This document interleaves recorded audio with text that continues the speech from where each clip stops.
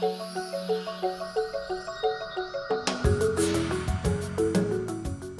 special broadcast of Governor Bill Walker's State of the Budget Address is produced by 360 North and KTOO in Juneau. I'm Casey Kelly. And I'm Jeremy Hsieh. This is the second night of speeches by Governor Bill Walker to a joint session of the Alaska Legislature.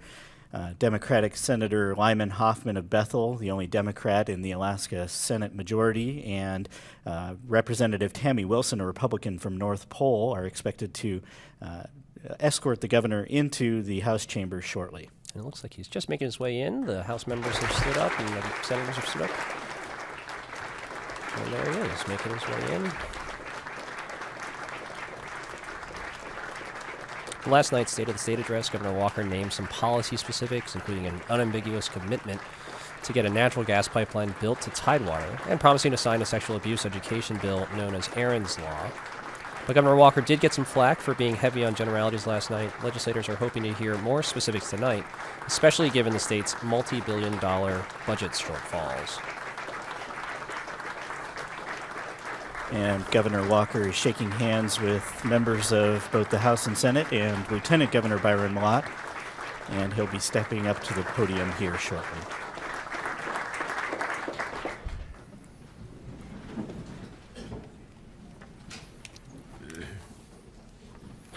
Thank you. Thank you very much. And thank you for the graciousness of being able to give a state of the budget. I think that given the situation, it's been a while since we've done it this way. And I know it's a lot of effort. I think it's this is an appropriate year to do that, given the severity of where we are. So thank you very much for coming together a second time. Some said it feels kind of like Groundhog Day, and hopefully it won't quite, but so anyway, thank you again. President Kevin Myers, Speaker Mike Chenault, Lieutenant Governor Byron Mlott, members of this legislature, members of the cabinet, and our fellow Alaskans. At this time last night, you gathered in this chamber, and I spoke broadly about my administration's vision for Alaska's future. Tonight, we gather to talk about the budget. As you exit tonight, each of you will be provided a copy of our budget overview and summary documents. You will be the first in the state of Alaska to receive this. The media will receive it later tonight, and it will be posted on our website for public review. My message to you this evening will be simple. It won't be easy, but we'll manage Alaska out of the fiscal challenges facing our state, and we will do it thoughtfully, judiciously, and together as Alaskans. I spent much of last night talking about opportunity. As we move forward, our common interest must be to strengthen Alaska's future and to enable the opportunity for all Alaskans. What does this mean? It means in Alaska, if you work hard, play fair, you can succeed. In a state this young, each and every person can make a positive difference. A hallmark of our administration is to engage the talent and capacity of all Alaskans so we can manage through the challenges together. You know, we recently asked state employees and the public for suggestions. I'm pleased with the ideas we've received so far.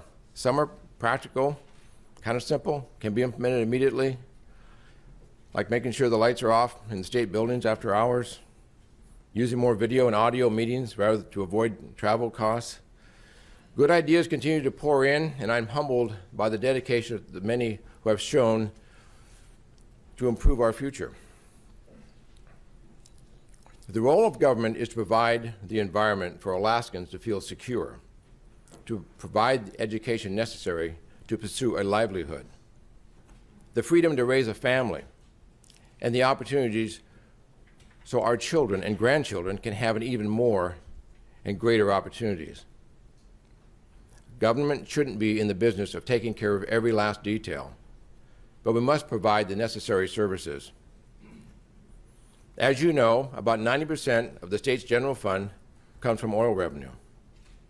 This means Alaska state government funding has two drivers, oil price and oil production. Unfortunately, neither is going in our favor right now. In recent months, the price of oil, a barrel of crude, has fallen dramatically. While we can't fix oil prices, we can fix government. The state budget passed last session was set when oil prices were at about $110 a barrel. Several months later, oil prices dropped sharply and have stayed at about $50 a barrel since the start of this year. Compounding the low price effects is the flow of oil in the pipeline. TAPS is currently only flowing at 25% of its peak. With oil worth about half of what it was when our current state budget was developed, a $3.5 billion gap has formed between the amount being spent and the amount of oil revenue the state receives. The operating and capital budget passed last session totaled $6.1 billion, with expected revenue of $2.6 billion, or even less, if the price of oil continues to drop. A budget gap this extreme requires our collective action. Most everyone here will admit, with high oil prices over the last several years, government grew fast. What sits before us now simply cannot be sustained. But we must recognize the cost of government should be driven by our population and geography, not the price of oil. Our state has many unique challenges. It would be nearly impossible to reduce government to fit the revenue of a $50 barrel of oil. Fortunately, and to the credit of the men and women in this room tonight, set aside a significant portion of the revenues in recent years. Thanks to your foresight, Alaska has $14 billion in available savings. This gives us a bridge. But at current spending levels, and with oil prices where they are, that bridge will only last 3 years. If prices rise to levels projected by our Department of Revenue, this would mean the savings bridge would carry us 5 to 6 years. Whether the bridge lasts 3 or 6 years, we must take action now, but keep in mind, state spending has a tremendous impact on our economy and our people.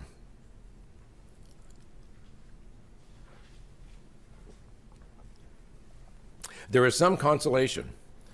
For one, our economy is much better positioned than in the past oil price downturns.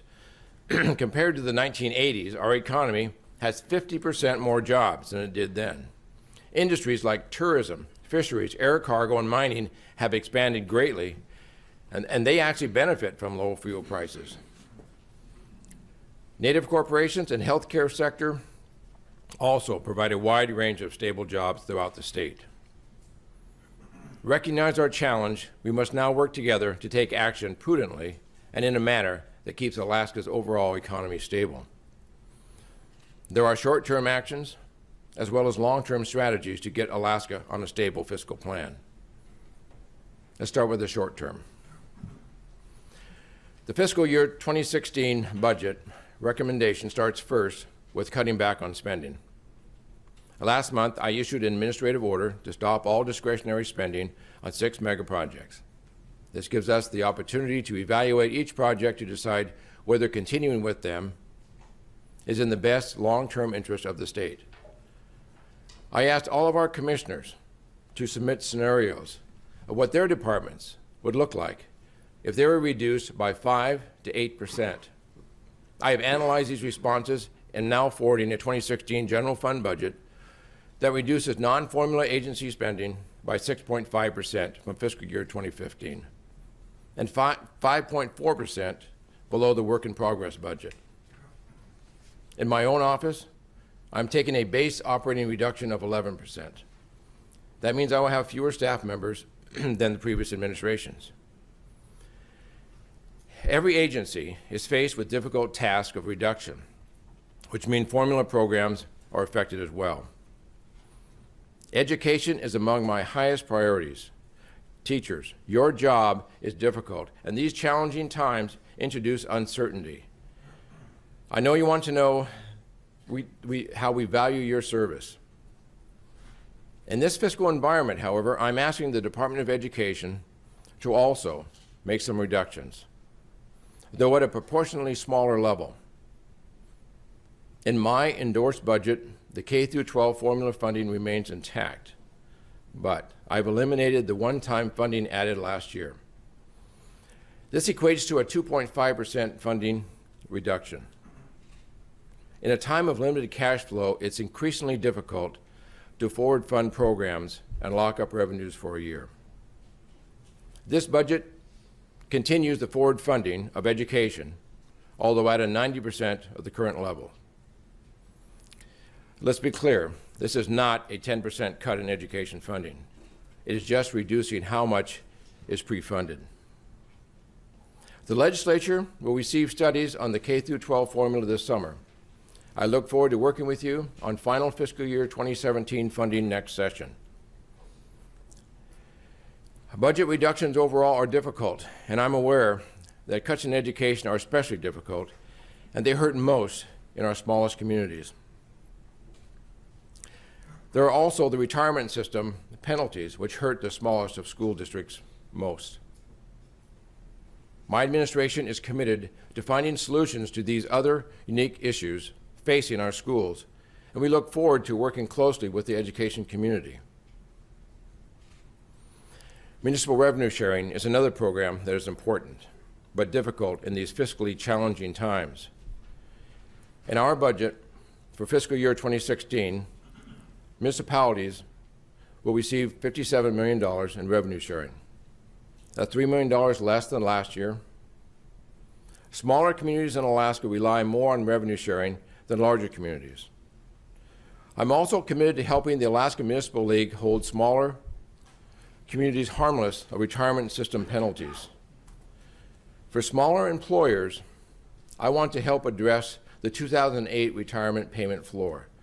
The impact on small PERS employers is disproportionate and is not in the state's best interest for our local governments to be affected so negatively. The decisions we make on the state budget affect overall economy. That's why my budget will include the $450 million of federal money available to us through Medicaid expansion.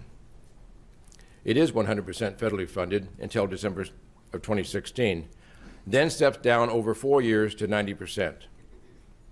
Investing in health of Alaskans is sound, prudent fiscal policy. We all want Alaskans to be as productive as possible.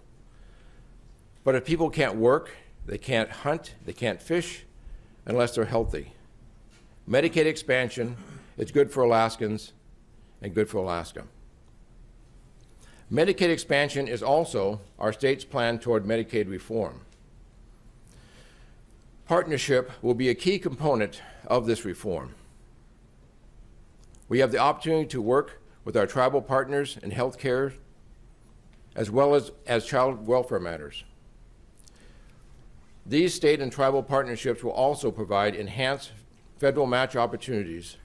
Teaming up with nonprofits, Mental Health Trust Authority is also crucial. As a result, the Medicaid expansion, Alaska will see direct savings in the cost of corrections, behavioral health and assistance programs. We will also see indirect savings in the retiree and state employee health care costs.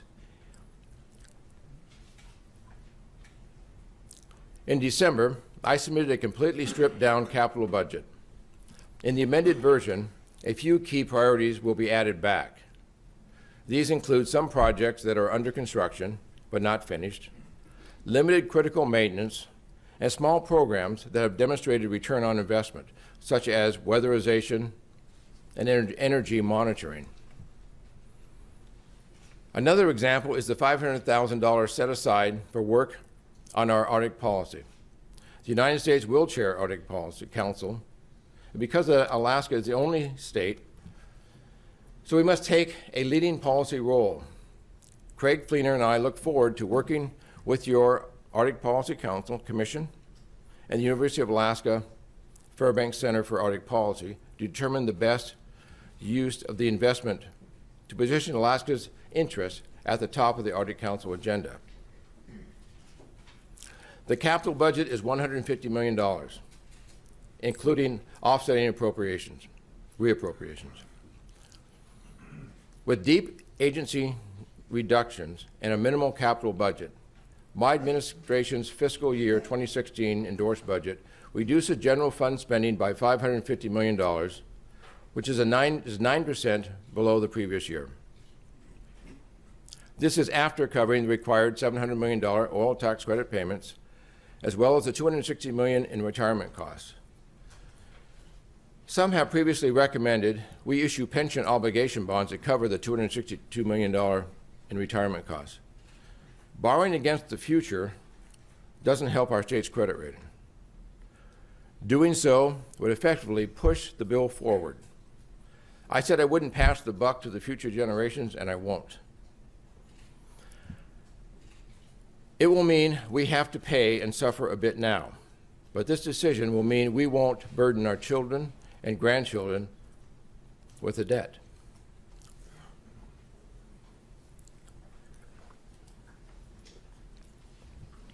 So I've covered the short-term action. Now let me cover the long-term fiscal strategy. I'll start with a few key principles. Government must limit spending, and as you can see from the fiscal year 2016 proposal, the administration is prepared to take on that challenge. But like Governor Wally Hickel used to say, we can't cut our way into prosperity. We must be ready to make prudent investments. We need a rational approach to creating a shared vision to identify what the right level of government is. I have asked my commissioners to tell me what their departments would look like in 4 years if their budgets were 25% smaller than they are today. I'm talking about deep cuts, and they will hurt. I began these discussions knowing that the positions we're talking about are people, hardworking Alaskans with families. I am so proud of those who have dedicated their lives in service to this state. We will have to make some tough decisions, and I assure you, any cut I make will not be made lightly. We cannot accept business as usual. We will be efficient, innovative, and creative in delivering of state services. Commissioners will be working together across departments to find creative solutions using existing resources. In some cases, a department may have to give up responsibility for a program that another agency can provide more efficiently. I will also redesign the administrative structure in ways that save real money but maintain maximum programs and services delivered. Two key areas are in post-secondary education and criminal justice. I've asked the leaders of the Department of Labor and Workforce Development, the university, and the Department of Education to look at post-secondary education holistically. This means taking a closer look at the Post-Secondary Education Commission, regional technical centers, Alaska Vocational Technical Centers, and the university's community campuses. Using these assets efficiently ensures access to education and training. I expect to see a plan developing during fiscal year 2016. Criminal justice is another area in which I want to see several departments combine services. Corrections, public safety, law, the court and public defender system must work together to reduce costs and keep Alaskans safe and to avoid the need to build another prison. These solutions will be more difficult to implement. They will likely take longer, require open dialogue. I also want service privatized to maximum local, nonprofit, and tribal partnerships. As we downsize, I will ask this legislature to provide flexibility in budgeting so we can make smart, timely decisions within and across agencies. I also want to take a hard look at statutes that require more spending or create roadblocks to streamlining services. As we move forward, it is important to stress the state has a cash flow problem, not a wealth problem. Our state earned $2.4 billion more last year from its financial assets than it did from petroleum revenue. In fact, the investment revenue in fiscal year 2014 was larger than the entire state's general fund budget. In 2014, the state earned more than $8 billion in investment income. I have asked the Commissioner of Revenue to explore ways to safely put the state's wealth to work without jeopardizing or spending the underlying financial assets. We need to make sure our money is working as hard as we do.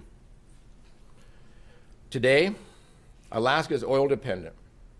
For a sustainable fiscal platform, we need to improve oil production, but also depend on natural gas, other natural resources, and the broader economy.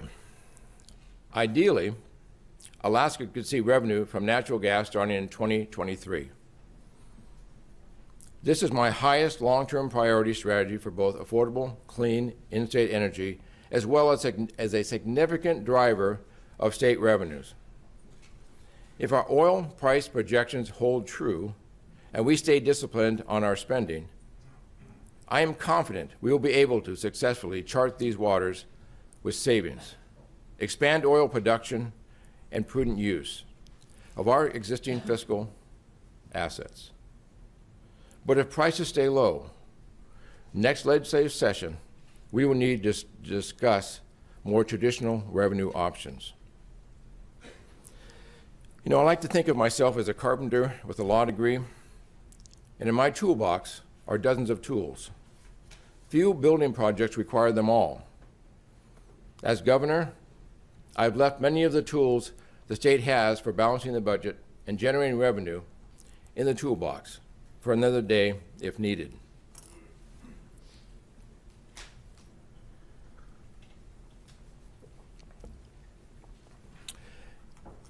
I will close with this.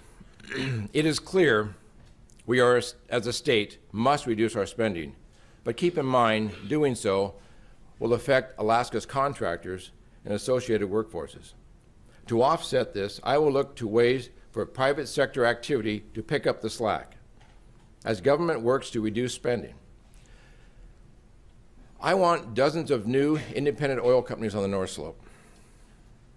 There are things that we as a state can do to lower the bar of entry for those companies. I'm not talking about cutting any corners or on safety or environmental issues. We currently have a North Slope model that is designed for large companies, such as the ones that we are so fortunate to have here in Alaska. But we need to attract the next wave of companies. I have discussed with both the industry and the federal regulators the concept of the state owning and building infrastructure on the North Slope, with the cost to be shared by the multiple users, similar to the toll road that we built years ago for the Red Dog Mine. Since being sworn in on December 1st, I met with about 6 members of President Obama's cabinet and explained to each of them that I am the governor of a state whose revenues are 90% dependent on oil, and we have a pipeline that is 3/4 empty. I had the conversation with President Obama on December 5th. I told them all that I will be very aggressive in getting more oil into that pipeline. That's because Alaska is an owner state, in large part due to the statehood compact. Since December 1st, I've also held about a dozen meetings with representatives of the oil industry. I invited the presidents of 2 large independent oil companies here to Juneau, and we discussed their interest in Alaska. I told them I am prepared to do whatever I can to assist them with the federal regulatory process. I met with the Interior Secretary Jewell to specifically convey my intent to work alongside these companies as they continue to explore for more oil. In the past 2 months, I have met with the Alaska Oil and Gas Association twice, once as recently as this morning for breakfast at the governor's house with the AOGA board to deliver the same message. I want to fully utilize all of Alaska's infrastructure, including the Alaska Railroad, the Alaska Marine Highway System vessels, and the Trans-Alaska Oil Pipeline. As we work toward generating new revenue through increased natural resource development, we must remain committed to hiring locally.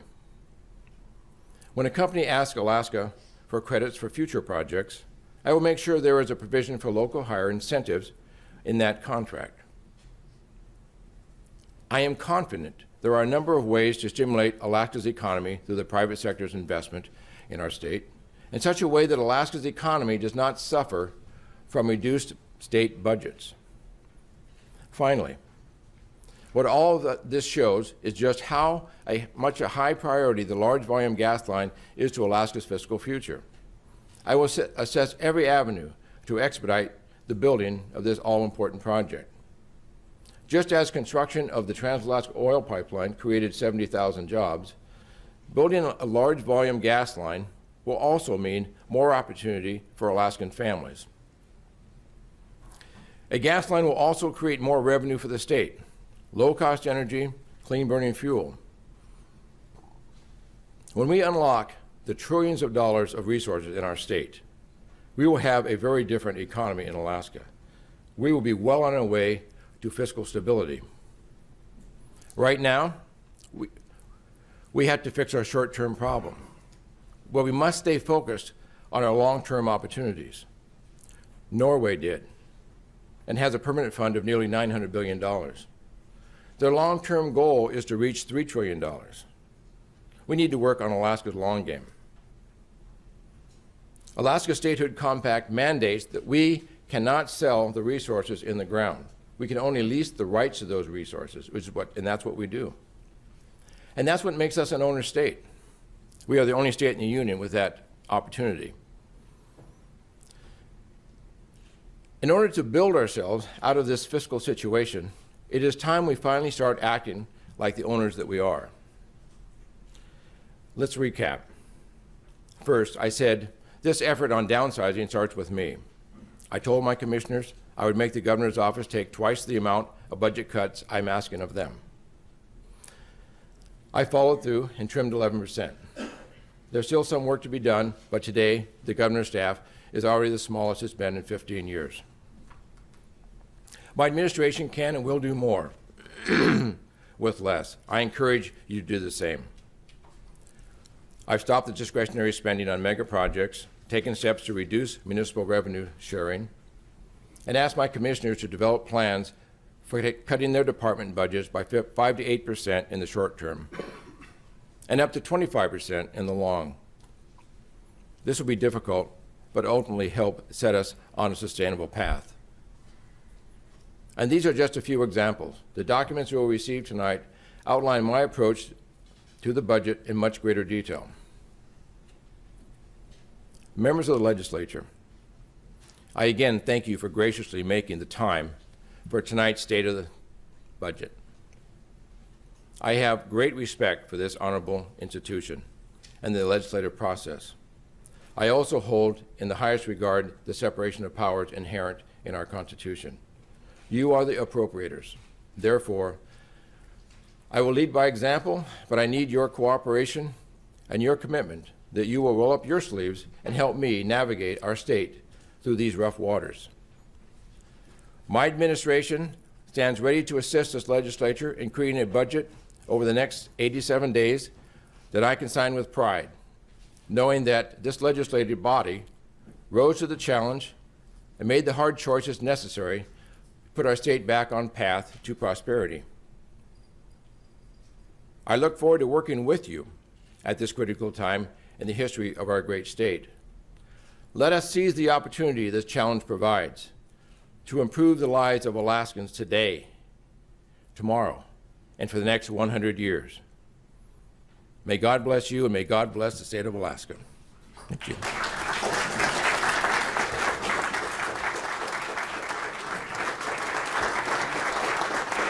This has been special coverage of Governor Bill Walker's State of the Budget Address, produced by 360 North and KTOO in Juneau. For Jeremy Hsieh, I'm Casey Kelly. Good night.